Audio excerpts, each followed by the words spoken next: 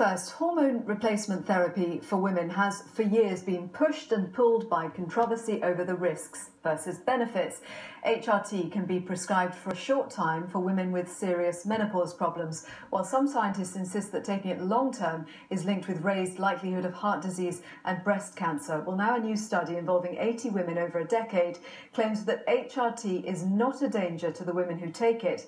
But various cancer specialists have already voiced scepticism about that research. So how safe is HRT? Well, Dr. Sarah Gray is a GP and women's health specialist, and Sue Crocombe from Dorset, who's been reluctant to take HRT because of other studies which did suggest a link to cancer. Thank you both very much for coming in. Dr. Gray, first of all, what do you think about this? Is it now a definitive answer on HRT?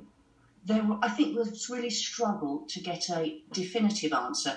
I think it adds useful information because we need to look at what information we've got from what sort of women, how many women, what their situation were, in order to apply it to the patient that sits in front of us. And essentially, there is no one thing that is HRT, and there is no single patient type. Everybody is different. So what we have to do is to derive information that we have and try and apply it to our patients and say, what have we learnt from this and how does it apply to you? So what is important with this is that it's followed a group of women over time and is generally reassuring. A lot of the previous studies we had were designed for different reasons and were using hormone combinations in much older women, so that the research didn't necessarily apply directly to the women around the time of menopause who generally have the most problems. Sue, tell us what your experience has been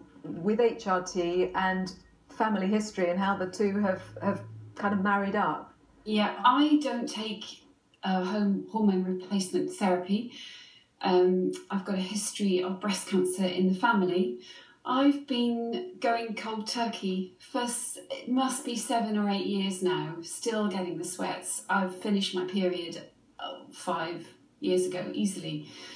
And when I saw this yesterday in the news, I kind of thought, oh, it's quite good. I could possibly go on HRT. The only thing is, I'm a nurse and I know about research. What goes around comes around. You get this...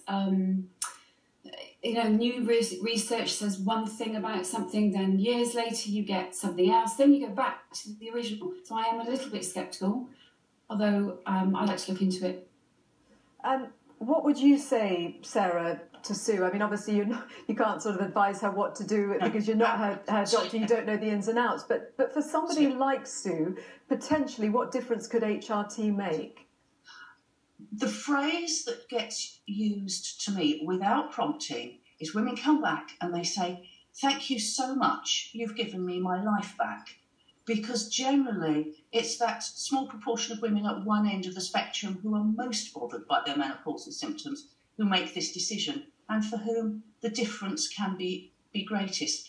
I have a sort of a rule of thumb. I say 75% of women will have some symptoms, 50% will be bothered by them, and 25% will be bothered enough to need to do something about it. And before the scares of the early 2000s, we did a survey in our practice and found that 22% of our patients had decided that this was the right decision for them.